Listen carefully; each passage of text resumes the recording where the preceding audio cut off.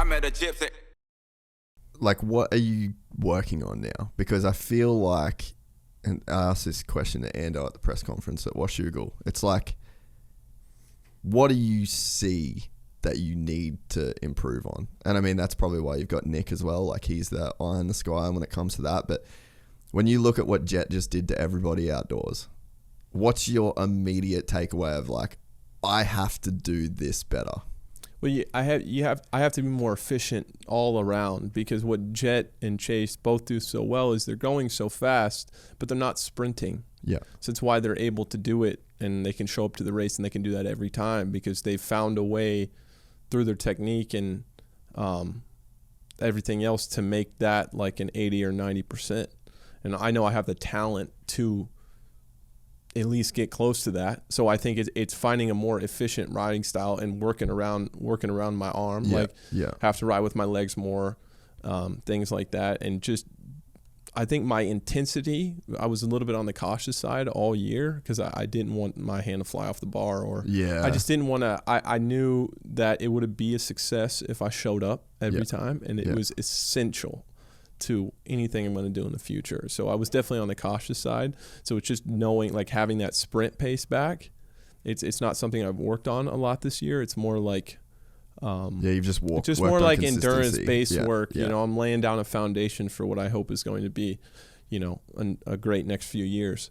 But yeah, I mean, I'm just gonna have to find a fair amount of pace, and it's gonna have to be easy for me. Like I'm gonna have to find a way to make it easy for me. And I have days where I can do that. Like I have flashes where I can do that. So it's just about doing it all the time. And it just now at this point now it's using my experience. Like I've been around a while, and that's one thing I have on, you know, somebody like Jet that's 19 is I've just been around longer. So try to use that to my advantage. Yeah, I think for me, like I can see like even a Unadilla was a real good example of, I think you could see, so Jet and Sexton almost, you could put them over top of each other, right? In terms of their technique, how they look. And dude, isn't it crazy that just 1 year on, Chase's technique isn't the shit anymore? Oh man. Bro, last year, it's like, he's the fucking Don. Like he's the guy. Totally. Him and Tomac last year was psychotic. It was nuts. Completely psychotic. Millville, Washougal, Unadilla. Psycho, dude. You know? And then it's like 1 year on, this was the kind of horse I was riding the whole year too, is like, bro, Sexton has not got slower. He's a fucking beast. Oh, no, yeah, and he's even said that in interviews that no he's one would not listen. Going, yeah. No one would listen. No, I know. And I get it. It's like, you can't, people don't want to overhype Jet. I get it. Play it safe. But it's like fucking pretty obvious. Yeah, you're going to have to admit it to yourself. Yeah. At least now we know. But it's like, dude, Sexton's a full savage. And like that technique that he rides with right now, 1 year ago, is like on par with the best dude in the world, you know? But even me, like you look at Unadilla this year, I think that one of the things that Sexton did so well and let him like elevate past everybody but Eli basically is like how much force he can put through his foot pegs, how much force he generates. Strong. Crazy, right? Yeah. So, and when we did the podcast and then like kind of off air, I was talking to him about it because I'm obsessed with like the technical side of it, you know?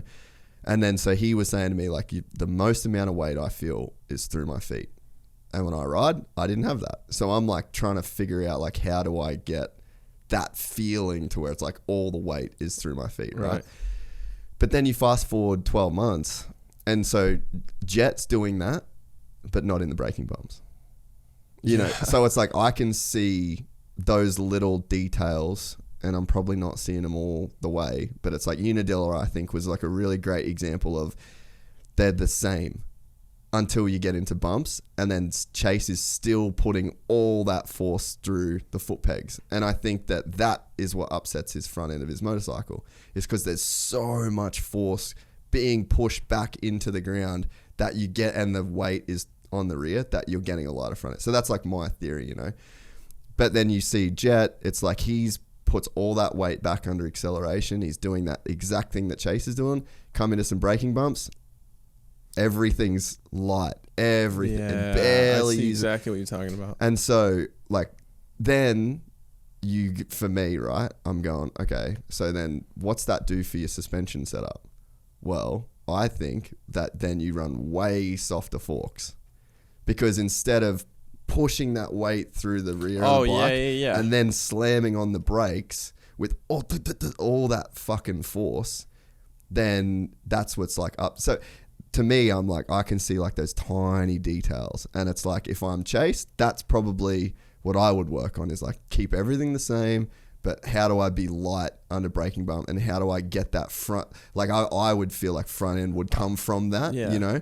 So it's like, do you have that version of that where it's like you're looking at Jet and you're seeing those types of details, you know?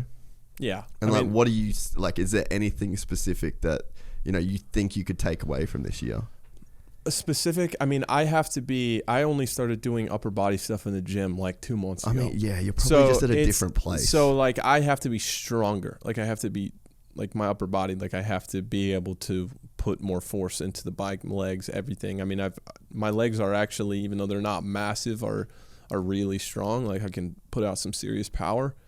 But it's all about me getting here, because I have 2 ladder J procedures on both shoulders, complete reconstructions, so true, and like I have like a bone graft that, you know, I can raise my hand like this high. So you can't do any overhead presses. So the more my outside elbows are up, it's, you know how muscles are weaker at the end of their range of motion. I mean, that's it for me. So I'm getting training like, at end range. Even you could tell a difference between 2 rounds in the outdoors and the end. Like I'm able to be a little bit more here and have some more leverage on the bike, and kind of use my length to my advantage. Yeah. That's the first thing for me is getting upper body stronger.